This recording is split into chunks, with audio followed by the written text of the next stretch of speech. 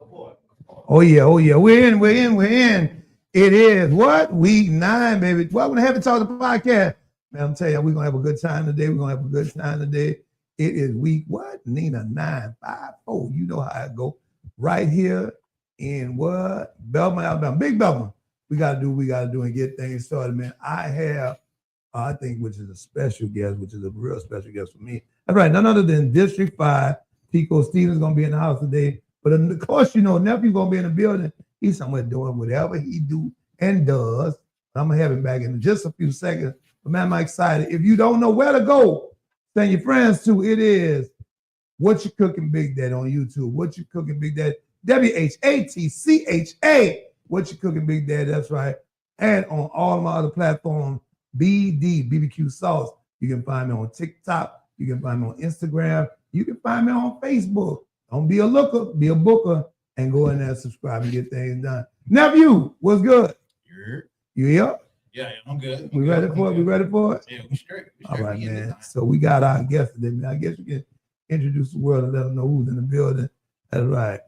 Mr. Tico Steve, how you doing, sir? How you doing, guys? All is well, man. It's a pleasure to have you here. We're gonna get some things done. So the way we usually do this is it goes down. We gonna get into some questions with you a little later on. But right now we usually do a little sports, do a little entertainment. We do talking about some things that's going on in the community, and then we get into the heavier other questions. I like to say the heavier other questions, right? That's why it's called Heavy Talk. But ring a ding ding, we're gonna talk about my boy. Let's bring him up. What you say, nephew? We talking about none other than Mr. Teddy Bridgewater.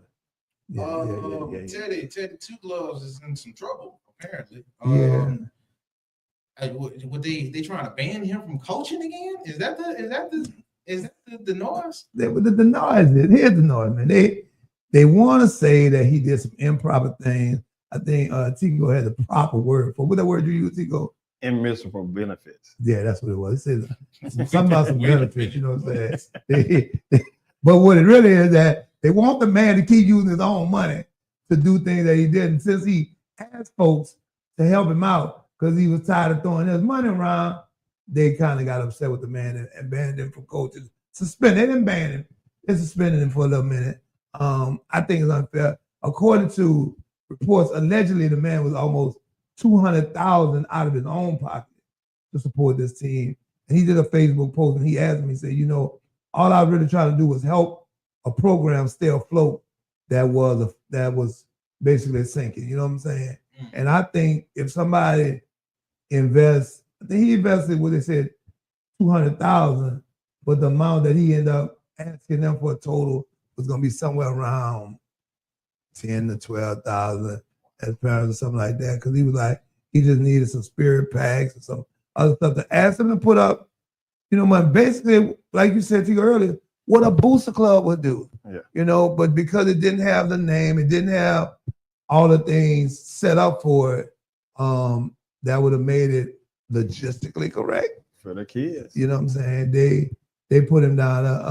They suspended him for it. And I think, when it all said and done, it goes back to people really, but lack of better words, hating on you or not appreciating.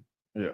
Or thinking because you got it, or they feel to believe you got it, keep spending yours. Yeah. So is it fair? You want my opinion? No, it ain't. But in these matters, it seems that our opinion don't count for real anyway. So it is what it is. Big ups. We'll do like Gary with the T said, we'll just pray for him, keep praying for him, and hope that things come back better for him.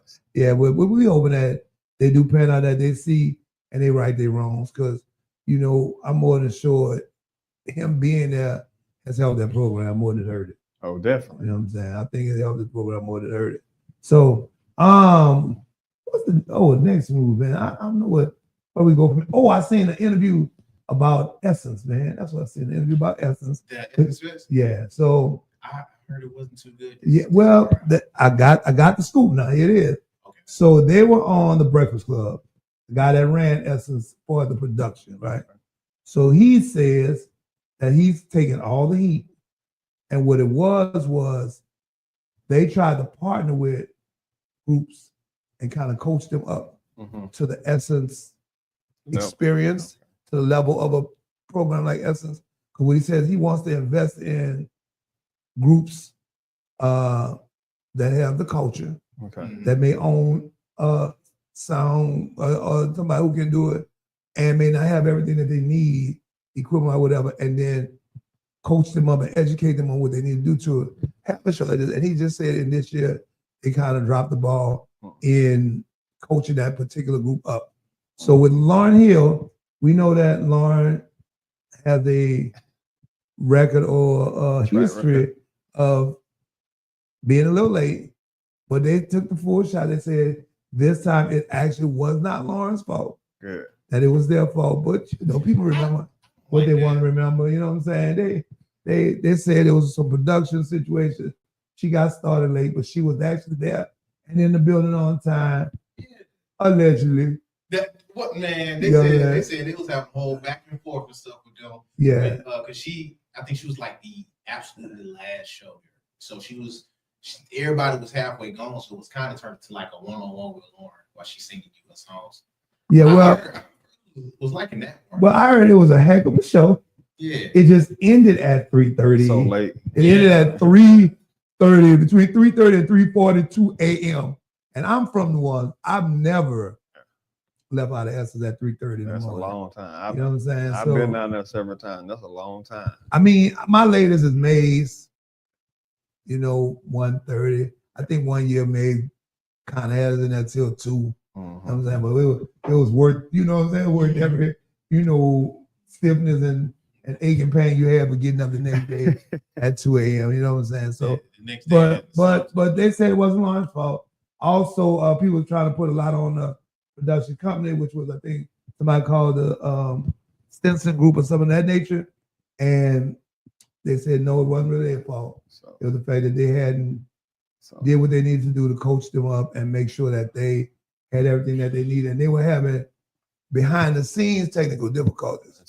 Yeah, so it was like that was starting things late and stuff like that. So, big ups to Esther for taking, taking their shot on. They could have passed the mark on to somebody else. So it wasn't the miseducation of Lauren. Yeah, no, it wasn't that. It really wasn't. No pun intended. And so actually pun very intended. But so I was proud of him. But he did promise us one thing though.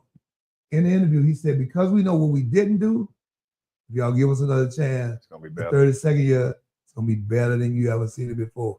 So they had to have that one failure to kind of, and I will say this, if all you got is one failure after 30 years, but our people are very unforgiving. Yeah.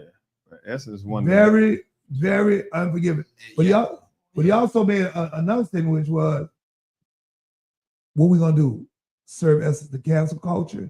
Because there's very few real Black festivals left of that size. It's the best festival that we have, I believe. It's the largest. It's definitely the largest. It's the largest. It's one of the best, besides a homecoming or a classic, but festival, I think it's one of the best we got. Yeah, like I said, for a festival, now if you go to talking, homecomings and things of that nature, that's cool.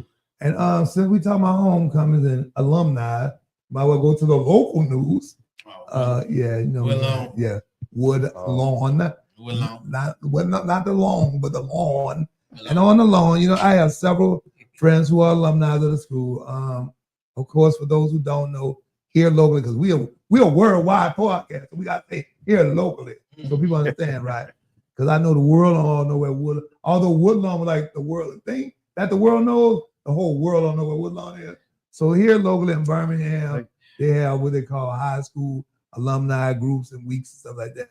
So Woodlawn, who have declared themselves the biggest, the largest, you know what I'm saying? They said that they are the biggest, the largest, you know what I'm saying? So they said that theirs was this and all that. So at the end of the picnic, which is at the end of the week, right? Because usually you have church one week and then you start going to the week. At the end of the week, most schools have their picnic on Saturday. So Saturday they were having their picnic. Towards the end of the picnic, allegedly a couple of groups got into a verbal altercation, which nobody knows how to handle things verbally anymore, which turned into somewhat of a physical altercation, which turned into a gun battle. We had one young lady shot, transferred in her own car, and several cars caught bullets. You know what I'm saying? Like 8, 9 cars caught some bullets because you can hear the shots. There was several shots ringing out in the background. Some videos you heard. But I said all that to say, shout out to the BPD. They said, oh, real quick. Today is what? Tuesday? Yeah. Mhm. So that was in 3 days and some hours. Yeah. They done got all the rascals. Oh, They got 4, and they said they might get a few more, but they got them. They're charged subsequently with the charge that they need to be charged with, and they are locked up and incarcerated with bonds. So shout out to BPD for not letting it, but I really think, and that's where we're going with, we're going to segue to this community. I think that they couldn't have done it without the community's help. I mean, I'm sure they had some video where that people had to turn in. I'm sure there's cameras in the area, but I think this was one time where the community was like, enough is enough. We not going to talk about we ain't going to help the police and all that. I think there was several calls made and several names dropped. People like, you know what? Man, get these scoundrels off the street because it just got to happen. So shout out to the community for doing what they need to do. You know what I'm saying, nephew? Community involvement. That's what I'm talking about. So here we are, people. It is none other than District 5. Oh, I got to give full disclosure. District 5 is where I live. I live in the 5. So this is my council person and here locally in Beltsman, Alabama. And we're glad to have you, man. Thanks for coming by, Tico. We appreciate you, man. Thank you guys for having me. So District 5, tell us what would be your plan for your district? Is this your first seating, right? Yes. As a council person? Newly elected. Newly elected. Now I'm gonna tell you. So like I said, I'm always gonna give you the heavy talk. So when we were coming through, I'm new to District 5. So I just moved in District 5 like 2 years ago, man. I'm real new. Now my folks, my wife and her folks, they've been in District 5 for a minute, like 15 years. So so I'm going and we going to, and I'm kind of being led by, whatever the wives say, she the political person, she, you know what I'm saying, how it goes. But I'm going to tell you, I'm a vibe type person. I'm a feel them out type person. So in Tico's campaigning, all the people who were campaigning was actually like in the same area, right? Where you can get introduced, you can talk to them. But from my standpoint of view, I could feel that it felt different talking to him, right? Yeah. You talk to people and you're like, I hear what you're saying. That sound textbook or sound like AI wrote that for you. But when I was talking to him, I'm like, okay, this cat seems legitimate about what he's saying to me and what he's saying, you know what I'm saying? And then it helped because he was a family man too, because he was out there with your wife was out there today too, right? Wife and kids. And so it's like, okay, he's showing you the whole setup here, right? And so in that, it set me to lean towards at least find out more about who you were, what you were gonna do. And when it came down to the ballot box, I was like, okay, I really don't know none of y'all. But what I felt was, give this guy a try. So y'all had a runoff, didn't you? Yes. So then there was a runoff. And in the runoff, it was no question for me. I was like, okay, this is my guy. But I just want you to kind of like, now that you're there, present to people or anybody that may be from District 5 who haven't met you yet or who haven't heard what you're going to do, what your background is. Just kind of give them before we get deep, give them an introduction to who you are and what your plan is for your district. Well, I'm Tico Stevens, City Councilman for District 5. I've lived in Beltsman probably 12 years in District 5. I'm married and have 2 boys. And so I'm just a regular guy. I ran for city council because I felt there was a need and an opportunity. And so I wanted to be the change that I want to see. That's probably why we had the connection, because I'm I'm passionate about the city. I'm passionate about my area I live in. Like I said, I have 2 younger boys, and so I want them to grow up in a nice area and where things are progressive for them. And I can't sit back and just say I want that. I have to do something about it. So that's what I did, and so I ran. So here's my question to you. Everybody has these things they run on. Everybody has these things they say. Mm-hmm. But if I gave you a question that just says, what makes you different? So there's all these politicians out there, right? There's all these people who ask you for their vote. Okay, now they got in. And generally, when it comes to politics, is you gave me all these promises. Now you're in there. I can't find you. Can't talk to you. You ain't delivering none of the stuff you say you're going to do. Mm-hmm. What makes the Tico different? What is the Tico different? Man, You know what I'm saying? Man, What's that's that an easy question, man, Okay, go because, you know, I am different. My name's different. Like we talked about earlier, you know, I beat from a different drum, you know. So when I was running, I told people, I'm not your average person. I'm not a politician, but now I am a politician. But what makes me different is that I believe in accountability. And so I didn't just shoot dreams and hopes of things that I want done. I'm gonna do this, I'm gonna do that for you. I want a street clean. Yeah, those are the core things we all want: safe communities, better school systems, development. But my thing is more so about, hey, let me show you how I'm gonna do this stuff for you, because I put action into what I do. I don't just talk about it. And so, just like I just had a community meeting last Thursday, and your wife was there, and so I already have track records. I only been in office three months, and so if I said I'm going to do it, it's been checked, and so I don't just talk about it. I do it, and me being a city councilor is actually kind of different for me, because I'm more of an action person, and I have to wait a little bit to get stuff accomplished with being a city councilman. And so sometimes I'm more so used to doing things myself, making it happen, because you know, I own a small business. I'm a doer. I make every day. I make things happen. You know, and so now I'm city councilman, and I have to wait and go through the process. But some things I just have to go out and do in accountability. So I tell people that, hey, what do you need? You tell me what you need, and I'll make it happen for you. And then we'll follow back up on it, show you that I do it. I'm not running away from you. I'm not that councilman that you ain't gonna see till election time. I'm not councilman you're gonna get tired of seeing. You know, that's what makes me different. That's pretty cool. So, as you say, I didn't get an opportunity to come to the meeting, but if I was at the meeting, one of my questions would have been, as it pertains to Bessemer having their own water, their own electricity. So I don't know about on your side of 5, Mm-hmm. but on my side of 5, every time it rains, every time a little wind blows, my lights go out, right? Mm-hmm. It's to a point where they know exactly where to go and what to do. As a council person, or what would you tell just a constituent? I just mean, what would you tell them?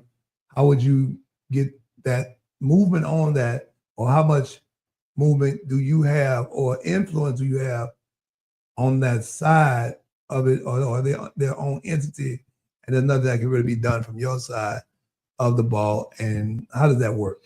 Well, as a city council, man, we're responsible for the legislature and the finances of the city, and so the administrative part is the mayor department and all the department heads. And so, but far as the setup of the utility, this is just a thing that I may think. I don't, because I have to talk with them and figure out how it is. But it's some cities have their power stuff on the ground, you know. And so I think that will limit some of your power interruptions. But I'm not an expert at that, Yeah. But I'm assuming that's the difference, because if you have exposed power lines, they always could get blown, you know, and storms and different things like that with the wind, and that could disrupt your stuff. And so I think that's one track that we could look into. But as a city councilman, we can, you know, get with the department heads, with the mayor, and try to partner with them to figure out, can we get some bids, or get with the engineers to some different way we can, hey, is there a new approach to working on our power line that will make us be more foolproof when storms comes and disasters come? And so that's that's really more on the city, but I think we can come together to come up with a plan and planning session and then put it out. We can, because that would kind of fall under infrastructure. Yes, because our infrastructure, we have a strong infrastructure by us having a utility company, because most cities don't have a utility company. That's one thing that what makes Bessemer is ready for the picking, because we have infrastructure that's set up to like larger cities don't even have the things we have. We have a courthouse, our own courthouse. We have our own utility department. So people don't have that, and so that what makes us different and very powerful. Okay, so we were having a conversation off record earlier, and one of the things I said we want to make people understand or try to get them information on, because people always talk about president voting. I ain't voting no more because that don't do nothing for me, and I'm not. Half of them don't know who their senators are, who their representatives are, in that nature. If you were talking to male or female, but I'm always leaning toward Black males, right? Okay. So if you were in a room with Black males, what would you tell them to make them understand the importance of being involved in local elections, such as, because we know the turnout. I think what y'all ended up with at the turnout for your election, like 208, something like that. Say that again. How many? 208. Yeah, like both times. 200. Now I know for sure it's 2,500 registered voters in my district alone. Okay, so we're talking about 200 out of 2,000. Yes. So I'm a math man, so I'm thinking 10%. Yeah. Come on, people. That's not a good number for that. But then you have 40% of people always fussing, but ain't but 10% of us vote.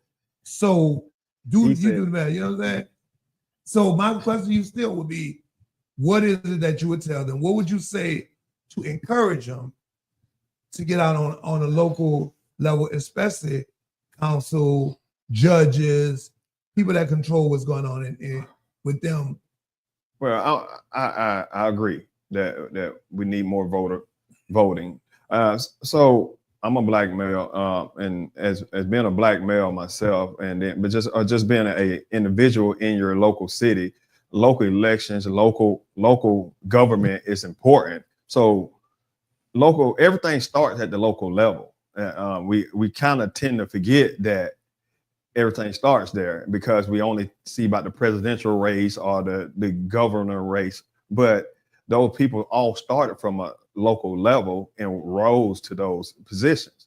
And so in order to control your neighborhood, control your city, your vote matters. So you can't complain about something if you don't vote, if you're not even registered to vote. So that's going to be, actually talking about that, that's going to be one of my initiatives, to go out in the community to register people to vote, because it's just needed.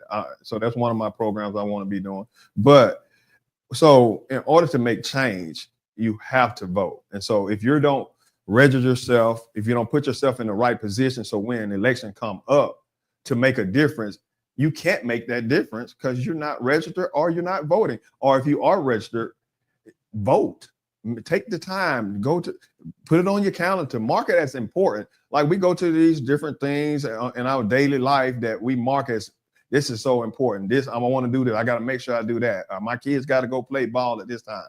But if election is this Tuesday at this time from 7 to 7, that's 12 hours of time for us to get there and vote. So it's really not. It's on the calendar every year. It's on the calendar. And election is dates are put up years at a time. Yeah. So we have to be more proactive instead of reactive. So we get to complaining after something happened, but we could have changed it before if we put ourselves in those position to change that. And so we just got to be more proactive instead of reactive on the situation of voting.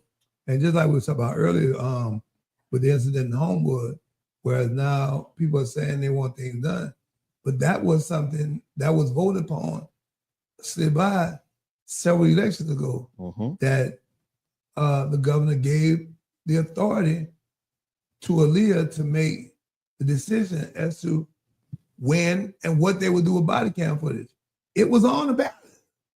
But if you're not voting, if only 10% of us showing up to the polls, then now we see down the line, once it becomes law, we can argue, we can fight, we can fuss, but it won't even be able to be changed until what?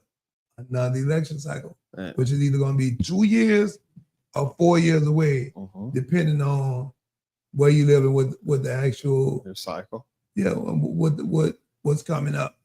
So anybody listen to this program, anybody understand, it is very, very important for you to get involved and for you to think that your vote doesn't count. We need to have another conversation. So I know you said that you coach. How do you like and why, other than having children, what is your reason or your passion for coaching?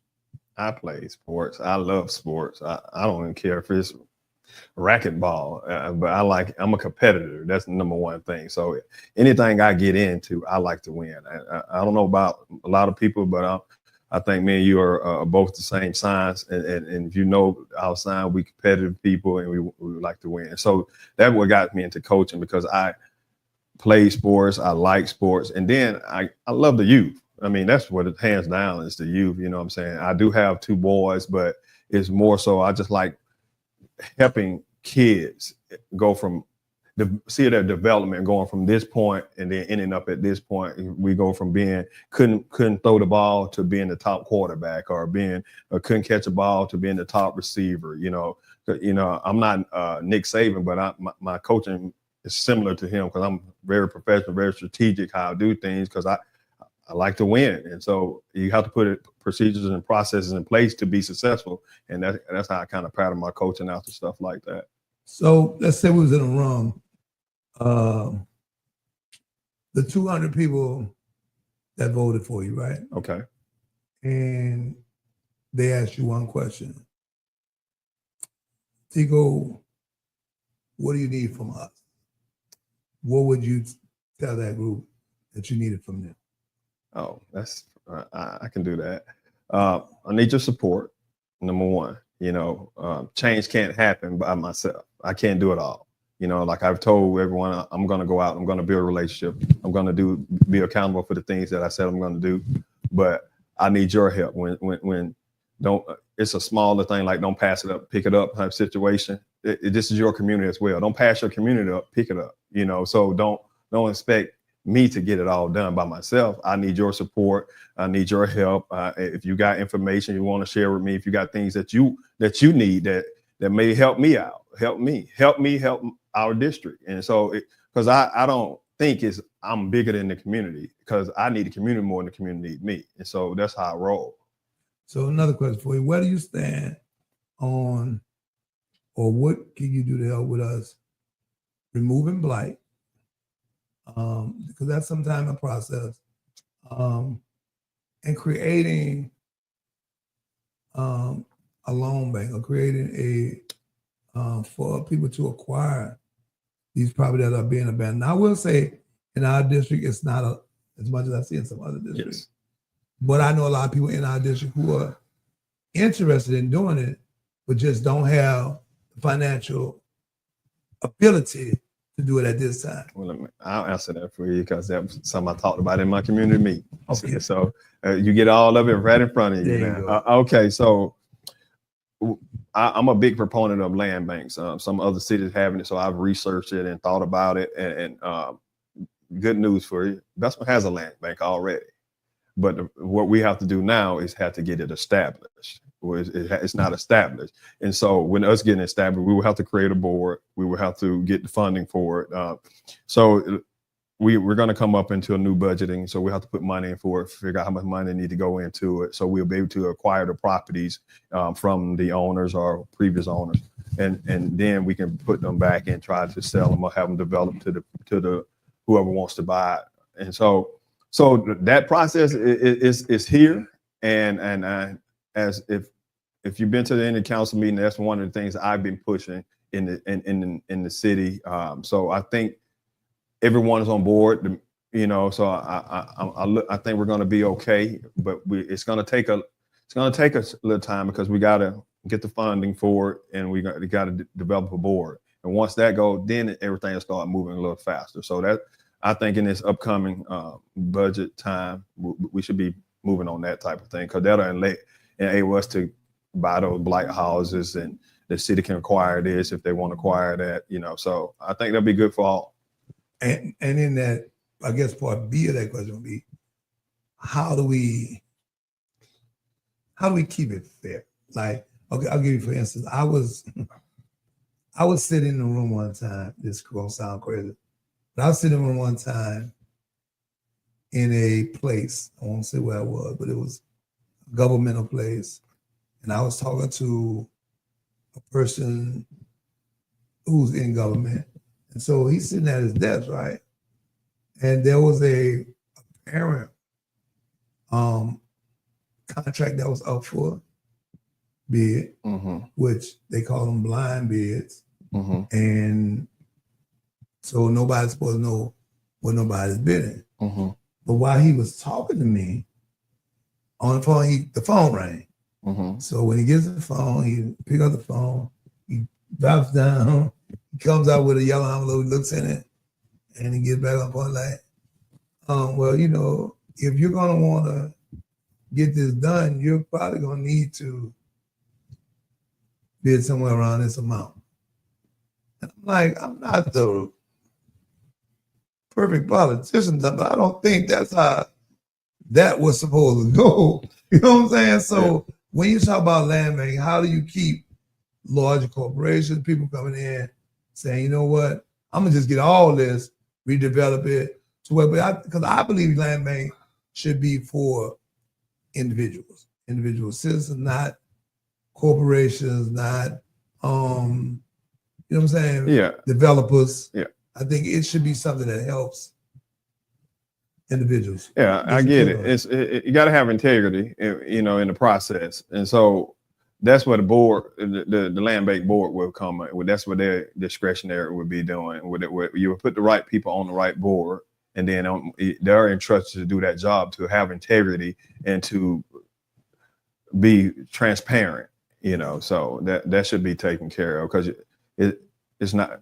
You can't just do what you said. Dishonesty, that's not right. Yeah. So nephew, you're a young person, right? Yes, sir. What would you ask your councilman if Tico was your councilman? What would be your question? Because I'm from the east side. I'm an east side boy. Okay. What I'm interested in is, you say you got 2 boys. Yes. And first question, do they go to any of the Bessemer schools down here? Not at this current time. Not at the current time. How would you feel about your kids going to school down here where you work at? Okay. I mean, like, what would the impact be with there? Because shout out to Joe Lockett. I work with him. He interviewed another councilman over at District 8. Okay. And my thing is, what would be the impact that you're able to do from your position that will impact the younger community? Okay. But go ahead. Because I don't want to mix it in with the schools and stuff like that. What things would you in your position be able to have the younger folks be a part of, to say get them out of different streets or be community outreach, things like that? Yeah. I probably mumbled over all the words, but in a sense. No, I understand what you're saying. So in my district, I have 2 schools, the elementary school and the middle school. So I'm currently trying to work on a partnership with those schools, so I can be more active in those schools, to see what the needs with the principals, with the administration for those schools, seeing what we're lacking, how can I, as on my side, help out, give back, or work with, and so partner with the school, you know. And so, you know, I did something recent with the teachers, you know, with the teacher appreciation. I went to the kids' graduations and stuff like that. But I recently talked to the middle school about a football program, trying to figure out how can we, get that better. And so I'm strategically trying to, figure out what's the need in the community, in my district, or investment in general, so we can accommodate that and partner to help that. Because I know some of the other council people and they're working in the community with their districts, but we all have to be on the same page to figure out what type of program, outreach program can we have? Okay, in this area, my area, have Burstall. What can I do to reach these kids in Burstall? What they like to do. I coached at the Y. What do they need at the Y, or what do they need at the rec? But the Y's in my district, that's why I'm mentioning it. But and so those little things like that set up different. Because I grew up, we had Boys and Girls Club. We had all these different things like PAL and things like that. Yeah, and so they started tuning out when I was getting a little bit older, like towards middle school. We had that great program. I'm forgetting one more. Because that Schoolhouse Ross was kind of getting out of it, but it was something adjacent to it. Yeah. And we can partner with some nonprofits and things like that, because there's a lot of people that have like great. Okay, yeah, there. I was in there, and so with the police athletic, drug resource. That's what that was. But so I would love to partner with the community to bring in more like youth programs. You have nonprofits that come to the board, and I've seen that have different little initiatives they want to do. If we can find the right initiative that fits, that will help. We can't partner with everyone, and I'm being real. And so, but if we on the same page, it's like right now, it's going to be a lot of back to school things going on, But I got to figure out what I'm going to do for mine, because I don't want to just do the same old backpack thing. I'm nothing against it, but I'm trying to figure, because as you know, you have to be connected with the youth and nowadays. So like you said, you're younger, and so I have younger boys, so I got my ear to the streets, trying to figure out what do they like, or what interests them, so how he want to be saved or get what he want to do. And so, go ahead. Quick question: with that being the case, what difficulties do you find with trying to connect? Because in doing that, there has to be some struggles, especially with how we grew up, even with how BD grew up versus how they grew up now. You have to be open-minded. You can't just be like, I grew up this way and that's the only way and how it's going to be.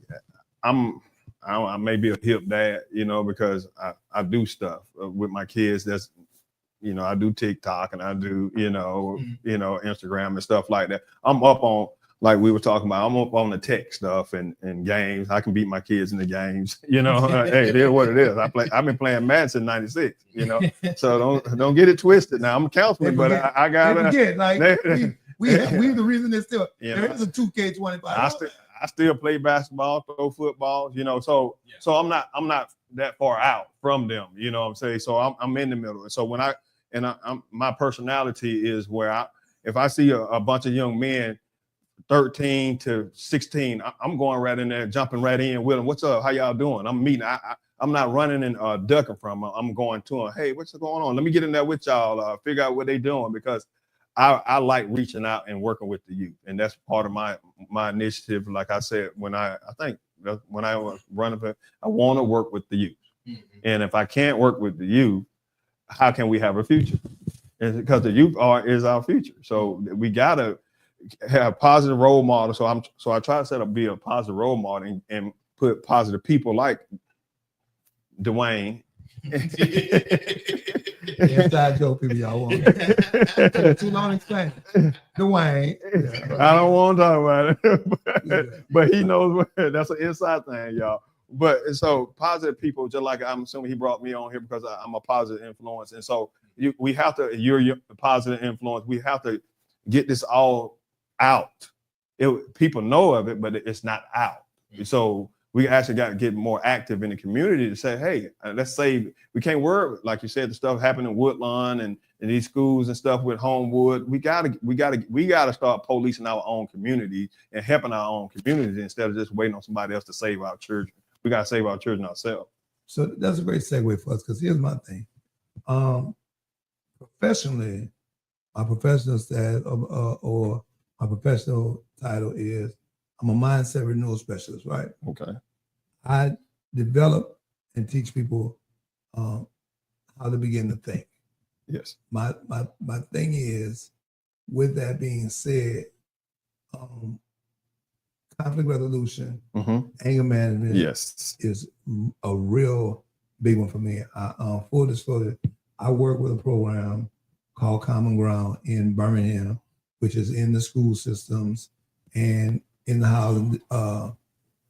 housing units and stuff like that for the summer, and within the schools throughout the year. But in Bessemer, two things I'm concerned about. Concerned about what's going on with the school board itself, Understood. And might as well tell everybody I'm already considering, because I'm gonna figure out how to qualify and run a school district in my district. But when it comes to implementation of these, not how do you feel about the need for it, right? And then how do we begin to, especially because the elementary and the middle school is in your district, how do we get this type of, or basically this program in front of these students on days other than Red Ribbon Week or, the usual Black History Week? I believe, and I'm going to continue to believe, that conflict resolution, critical thinking, and life skills should be a curriculum. I agree. It should be something that's in the school that's retaught, like more than one time a semester, more than in a, in a where somebody come and do something in the gym or something of that nature. I believe they should have some type of program. some type of where they are seeing this person is seeing. I teach adults in the evening, and they're seeing twice a week for 6 months. First time offenders who are trying to get their rights back and things of that nature. And if they have, as adults, have to have 6 months. You know what I'm saying? Yeah. The kids should at least have to have the school. With school is 9 months, but 2 times a week, 9 months, maybe once a week for the 9 months. But there should be something. Where do you stand on that? And how near and dear to your heart is that for us to try to get something like that implemented in the schools in your district? Because you have to start somewhere. Yeah, I agree. I think we do need that in our district. Conflict resolution is a big part of diffusing some of the later problems. And so, like you said, I think you have to start young, because I do have the elementary and the middle school, and it starts, I think, at those level. That it's not too far gone later, but you want us to start younger so you can change that mindset that they may have. And so we have to bring Common Ground programs to Bessemer, so like if they can come, if you have a contact or know some type of program that you would recommend, have them come to the city council meetings and our planning sessions and talk to us, and then we can try to, partner with them if it's the right fit. Like you are familiar with, I'm familiar with Common Ground as well, and so we do need that, and we need more of that, and so now it's on us to try to go either we got to recruit it, recruit more of that so we can have that here. Because we know we have a need in Bessemer for things like that, but everybody don't come to us to try to help. But now, okay, they ain't coming, we're gonna go get it from them. Or if we're not gonna go get it from them, we're gonna create our own and make it happen here. Okay. And so one way or the other, it has to be done, because like I say, the conflict, we have to change the mentality of our kids. And because our kids, if they grow up with the wrong mentality, they come young adults with the wrong mentality and adults with the wrong mentality, and the cycle continues. We don't break anything. We continue the same old loop that we're in, and we go back to the same old terrible brand that we have. So I think that we have to brand Bessemer in a better way. And that, I think that we're working on, I think that's some of the things that we've been talking about in the council, branding Bessemer different, because people have a bad view, but I live here. We're a great place. I love where I live. I've lived some other places, and I chose here. I've been here over 10 years. I've been here 11, 12 years. And so it's just all about us bringing our own exposure to ourselves and helping our own self. And I keep going back to, we got to help ourselves. Most time we want other people to help us, but right now I think we have to put our bootstraps on and we have to help ourselves. And then if we get some help outside, we get some help outside. But we do have state money and federal money that can help us. We just got to know how to go get it or talk to the people. Like you said, from the local level, we can go from here, talk to our local councilman, go from our local council to our state councilman and understand what's there for us. And we actually, when you're voting time, back to your voting time, when we're voting and someone's running, hey, I need you, when you go up there, we need you to look for this program for us. Okay, we need this bill passed. Can you do this for us? You voted the people in here. So now it's time about holding people accountable. But you can't hold accountable if you don't know what's going on. So you have to pay attention to what's going on as well. And okay, so here, as we wind this thing down, here's what I ask you. And I don't want to say a person specific. Okay. But there's a type of people, right? Okay. So you're a type of person. What's the type or group of your greatest adversary?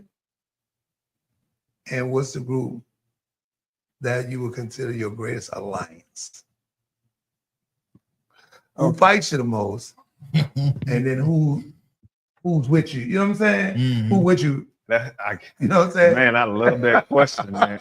So I love that question because it's the same answer. And I'm gonna help you see how easy that was. You gotta break that one down. Yeah. Okay. My greatest adversary is a person that calls me all the time saying they need this and that. And my greatest help is that same person because they care about their house. They care about their community. So it's kind of oxymoron, but it works that way because if they didn't care, they wouldn't call me. They're not complaining just to complain. They're complaining because they want better. They want to see better from where they are. And so I take that as positive instead of a negative. Okay, so you've been to political school, but I'm gonna dig it. I ain't gonna let you off with that one. What I'm saying is, when it comes to you doing the things you need to do, right? Mm-hmm. Adversary in definition is who's talking against or fighting against you when you're doing, like, what's that group of folks that fight against you even when you're trying to do right? Like, what that group look like? Well, as opposed to the group that say, man, I got you. I got your back. Who is that group? If you can group them, whether it's age, whether it's people, you know what I'm saying? Whatever it is. Yeah, you got them now. You know what I'm saying? Like just that group. And then you say, but these boogers right here, see these boogers right here? I could turn water to wine. They're gonna say the wine ain't sweet enough. Well, you know. well, I'm human, you know, so I things don't go the way you want all the time. And people don't react the way you want them to react all the time. But personally, myself, I don't really deal with adversary because I'm. What your position does, right? Hear me out. Your position. Hear me out. Have to do that fight against you. You not about it. Let me tell you the name of this. What's the name of this podcast? Heavy Talk. I was waiting to drop this one. But understand now. Give it to me. Understand now. All right. Just because you have an adversary doesn't mean that you have to. I didn't say you got to fight with them. I'm asking you in recognition, who are those or what does that look like? Because in order for you to deal with something, you have to recognize it. You got to know what it is, right? Or who it is. I ain't saying you got to pay them attention or take off the gloves to fight with them. But you know when they walk in the council meeting, you know when, you know what I'm saying? You like, here we go again. This is about to be whatever it is. And I don't want you to get to a person. Give me time because I ain't had that yet. At this point in time, because I am new, I am fresh. Okay. And so I haven't had to pull back. I haven't had to pull back. Like I see what you're saying. Yeah. I see other people may have some of that. But I haven't had that yet. You knew you haven't picked up on the old ones that were there yet. So I a few more council meetings. And that's why I came out working hard. Because I don't want to have what you're saying. Okay. So I don't feel personally that I see that where I get in that pull back, kick back. I will give you that because it does take time to create them. Yeah, you got to create. You got to do something to make it. Because I made a post yesterday and like I've been doing this for like in business, right? In business, I've been in sauce season manufacturing business for over 10 years, right? And it's like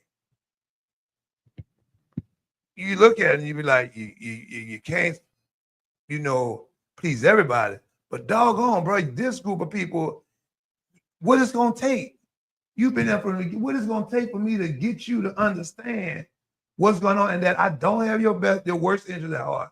I got your best interest at heart. I'm doing the best I can do, but you just ain't gonna allow me to be great.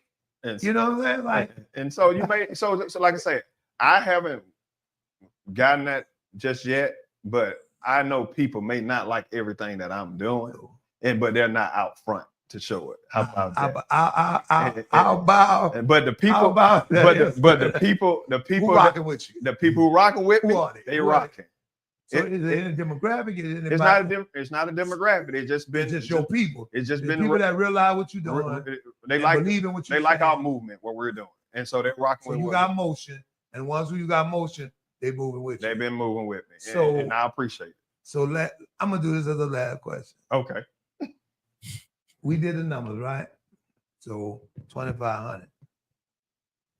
Would you rather move with the 200 that's rocking with you, or are you a man who'd rather move with 2,000, but they just there in number because they going with what's popular, or now they see the 200 had motion, so it goes over the 2,000.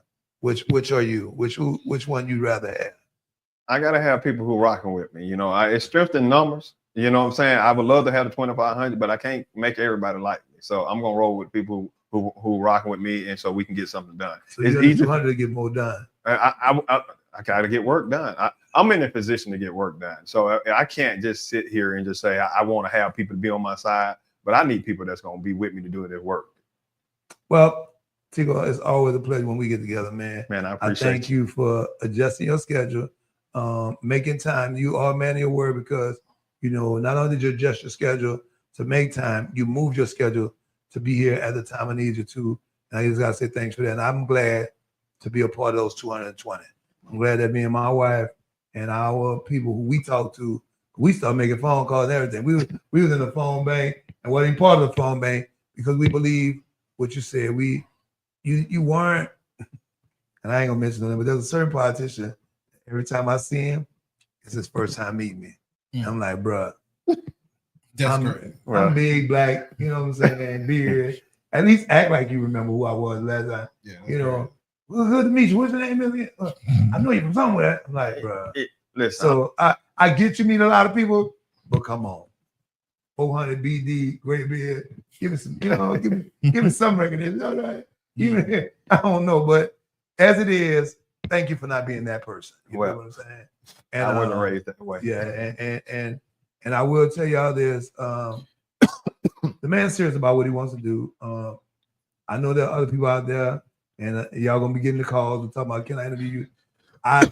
Although he's a politician, we didn't interview him for the politics.